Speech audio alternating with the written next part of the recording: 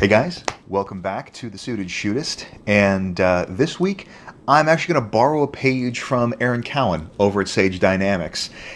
He did a video, I don't know if it was a series or just one, called Things I Used to Believe, and I thought it would be kind of fun to touch on some of the misconceptions or opinions that I have that have shifted over the last few years, kind of in my progression and in my journey. It's an especially amusing reminder when I see some sheer stupidity pop up in my Facebook memories of a certainty that I just knew to be true, and oh my god, some of it was just cringeworthy.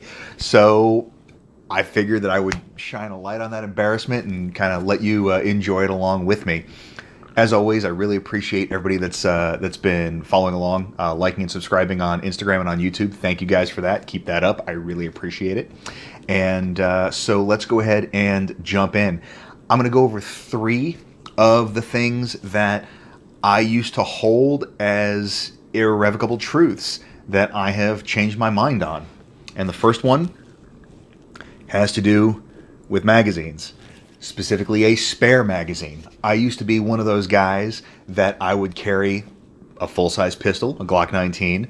I would carry a reload and sometimes even a secondary gun. And it was one of those things where you had to have the reload, otherwise it would be one of those things that gets you killed in the streets. I don't as much anymore. It's very low on the pecking order. I'm not going to say I never do, but this is no longer as high a priority as things like less lethal and medical, which I'm arguably more likely to need. So if I can work a magazine in as well, I will, but I don't feel the absolute need to just not compromise and gotta have it. The main reason is, honestly, after watching and talking to John Correa, he had an observation that in the, I think, 15,000 civilian gunfights that he has seen over the course of his time at Active Self-Protection, there hasn't been a single instance in a civilian context where the presence or absence of a reload had any outcome on the way the fight resolved itself. So, you know, again, it's one of those things where I'm never going to discourage somebody from carrying a spare magazine, but I would just suggest that make sure that the hierarchy is appropriate. For me, I will always prioritize medical, less lethal, and illumination over additional ammunition. For that main reason, because of my risk profile and how I live my life. Speaking of illumination and less lethal, that's really where the other two are. I used to be one of those folks that thought pepper spray is stupid. Why am I going to try and go through an escalation ladder? It could be something that a prosecutor would use against me of, well, if you had pepper spray, why did you have to shoot the guy? Yada, yada, yada, yada, yada. This is one of the first things that I adjusted after taking ECQC. When we were doing the evolutions, it's one of those things where the way Craig structures it is great. When you have somebody that is verbally berating you and physically invading your space, but has not yet crossed that threshold for deadly force, it's really nice to have something that is a little bit more compelling than just telling them to fuck off. So it is a vastly useful tool. Thankfully, I haven't been in a position yet where I've had to bust this out for real, but when you look at it, the threshold for using OC is a lot lower than it is for deadly force, and you can be wrong. There's a wider margin for error. As long as you can articulate the need for it, you can be wrong and apologize. There's no lasting effects to this stuff. So for that reason, OC is one of the things that is literally constantly with me unless I'm getting on an airplane.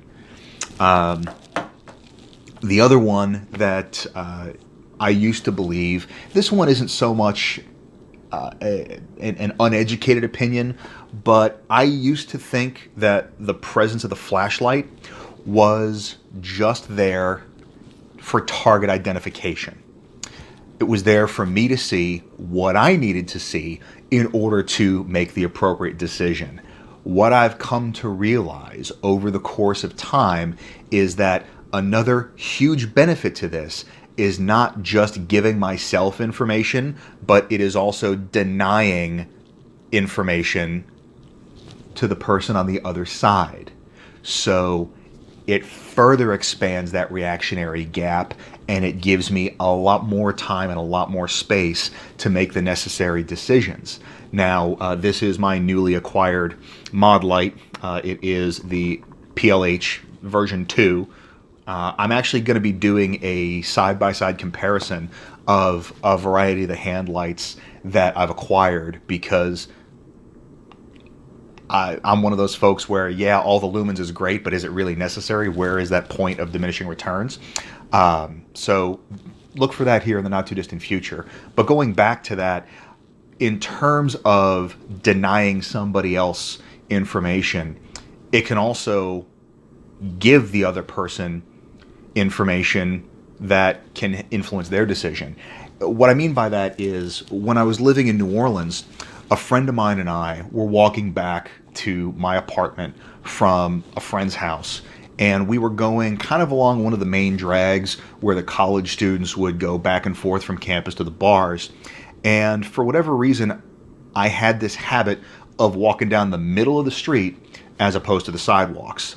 It just made sense to me because it was a residential street. You didn't have people tear-assing down at high speeds, and it gave me more standoff to identify if somebody was going to encroach on me. They would have to make themselves pretty obvious.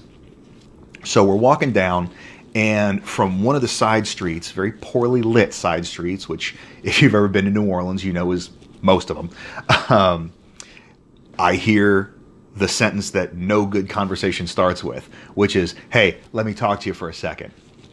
And I had just happened to have picked up earlier that day this crappy $35 gun show special weapons light. I mean, I was literally just turned 21 at the time, didn't know any better. But I had this thing in my pocket. Didn't have it on a gun yet, but I had it in my pocket. So I pulled it out, lit the dude up, and his hands flew up so fast that I may as well have been pointing a shotgun at him. He started stammering, lifting up his shirt to show me his waistline, asked me if I was a cop, started giving me some BS about needing bus money. But I am 100% positive that that could have been a mugging. Now, just because of the actions that I took, happily I managed to get myself deselected. But just hitting the dude with the light gave him the impression that maybe this is not the guy that I want to mess with. And so I denied him a certain amount of visual input, and I also gave him some bad information that then influenced his decision process. So I'm going to do a couple of videos in this series because I've been on this path now for a little over a decade, and I've had some stupid assumptions in the past. So, like I said, I figure it's kind of fun to peel back the curtain and you know, laugh at my younger, more naive self, and figure that you guys would get a kick out of it as well. So, if you haven't already, really appreciate it if you give us a like over on Facebook, follow over on Instagram, and subscribe over on YouTube. And aside from that, stay tuned. We're going to do a couple more of these, and like I said, I'll be doing some side-by-side comparisons of that mod light along with a few other of my lights to kind of give you an idea of, you know, is the juice worth the squeeze. So thanks for joining me again. Hope you have a great rest of your week, and stay safe.